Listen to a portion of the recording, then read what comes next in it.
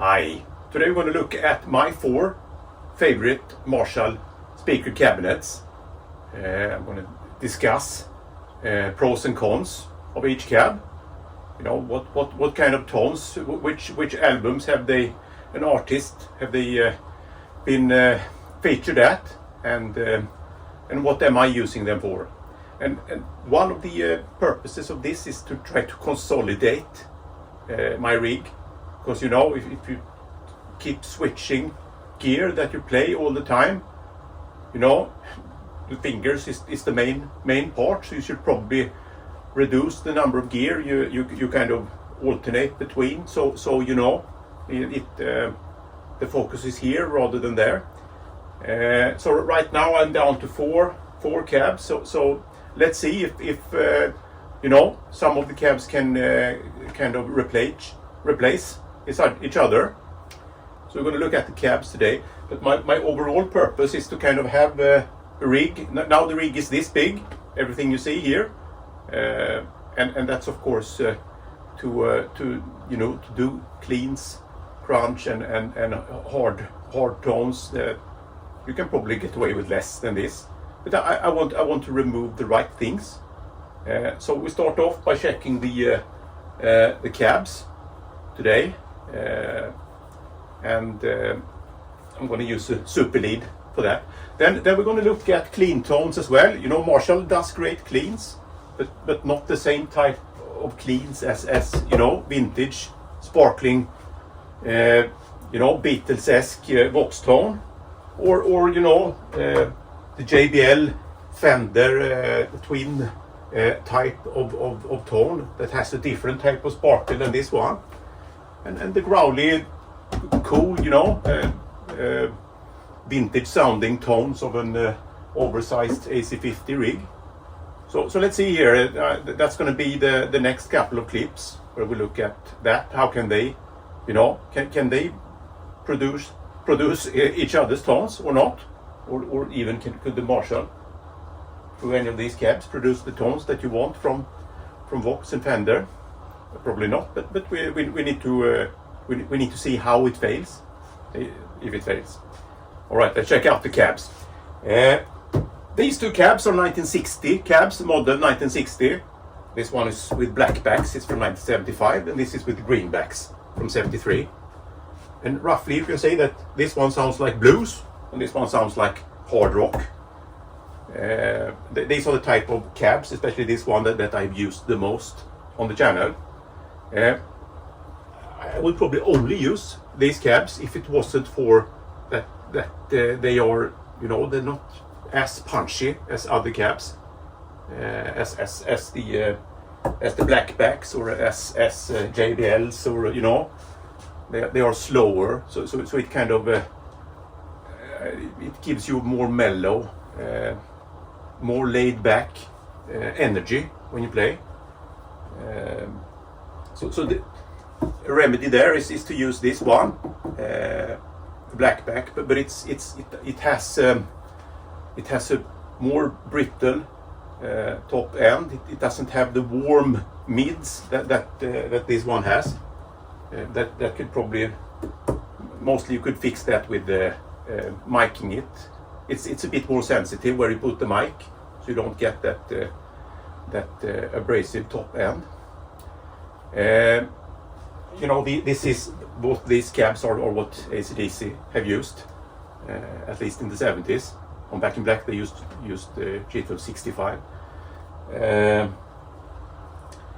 You know, an interesting thing is that this is a G12H cab, so it's the model 1982, and those are greenbacks also. Those particular ones are from 1968. They actually have kind of the punch of this one, and they have some of the warmth of this one, but I don't think they cut through in the mix. They don't sit as well in the mix as J12M. They're darker, and but apart from it, that they have a very pronounced top end, but they're actually straight. But compared to these, they're scooped. So these For instance, this is the cab that Jimmy Page used live, and I think Richard Blackmore used these cabs live as well. And they, you know, this speaker is what is referred to as the Hendrix speaker, but I think he was more a G12M guy. At least that's what I've read in interviews. But you know, since he was seen with these cabs, you know, with the 100 logo at the side of the cab, it's associated with it. And the fourth cab is the 415 model 1979A, which has G12M 50. I think it's 35 hertz, or if it's 55 hertz. When you record that one with guitar, it sounds big, of course, but it's mostly lower mids. Weirdly enough, this one is spacier than that one. But that one has, you know, it's not the fundamental, but some of the overtones, first overtones in this one, it gets very pronounced. So it makes it also a bit hard to record because, you know, since it's not a sound that you're gonna expect, so you have to be careful where you put the mic when you record that one. Weird thing is that it is really punchy. So it's greenbacks from '72, you know, old speakers, but I think it's much more punchy than this one, and I have no idea why that is, because they both have sonic cones and so on. So basically my dilemma here is I want greenback tone, but I don't like greenback dynamics. So that's one solution could be to take you know, some blackbacks and some greenbacks and mix them and have these for attack and these for tone, basically. But every time I do that, I get stressed out. You know, I'm very conservative when it comes to these things. There is no. I want to use a cab that is, you know, a dedicated Marshall model. Because I mean, we're not inventing new sounds here. You know, it's too late for that. This is about using old tones but creating new music with it. Basically, that's how I reason. All right. So now I'm going to record these cabs. I'm going to put two close mics and one room mic on them, and then I'm going to choose the mic that I think represents the cab the best. Because this is not really you know, comparing cabs to each other. We just want to see which one of them delivers the best here. Is there anyone that I could I consolidate this to consist of fewer cabs? You could help me with that. Let's check it out. I'm going to discuss the results of these short clips that you're going to hear now in a minute.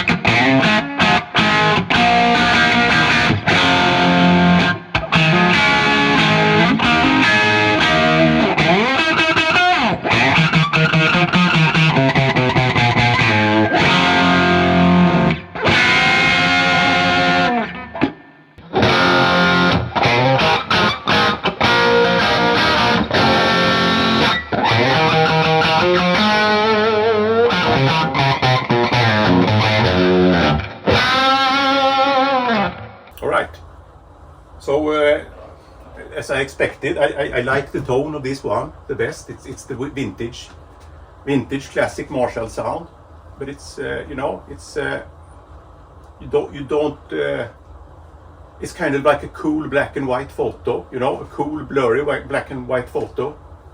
It is it has kind of no, it has no ability to punch through anything in the media landscape today.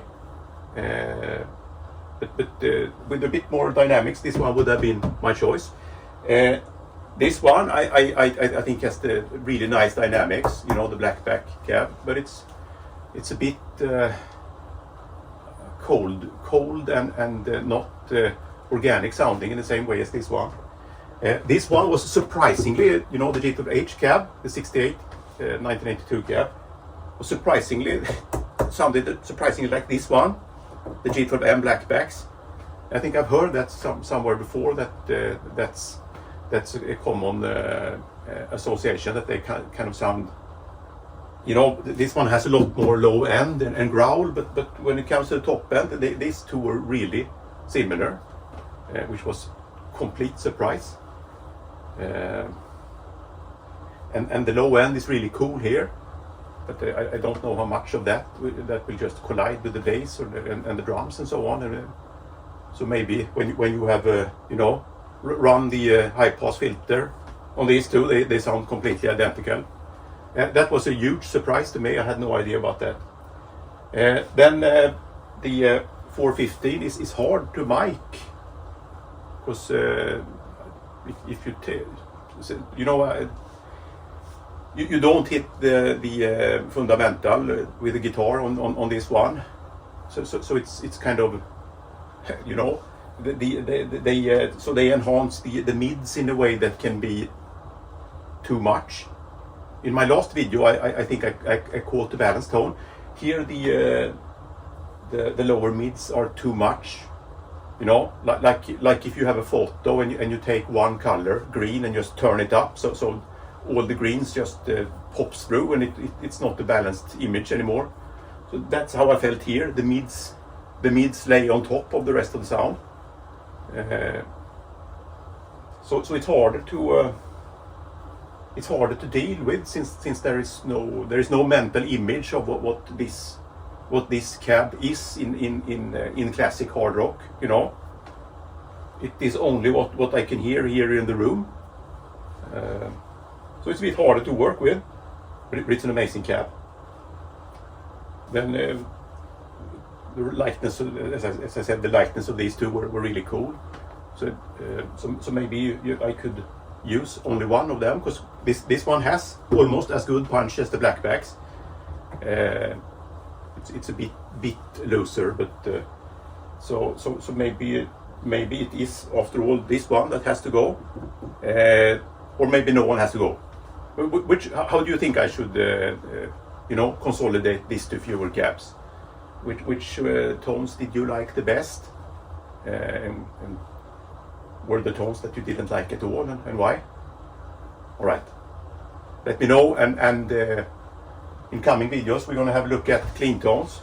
You know, the airy top end of an AC30 can't be found anywhere else, and the sparkle of JBL twins, in this case Showman, is also a unique thing. So we're going to compare those and see what if I need all this stuff, because I get really stressed out by having too much stuff in the way all the time. It may look like a blessing, but you know, the real blessing is the stuff that gets recorded. You know, that's the purpose of it. So either this leads to more recording, or it has to go. That's basically my philosophy. So that's what I'm doing. So we'll come back to that, and now I want your feedback. Cheers.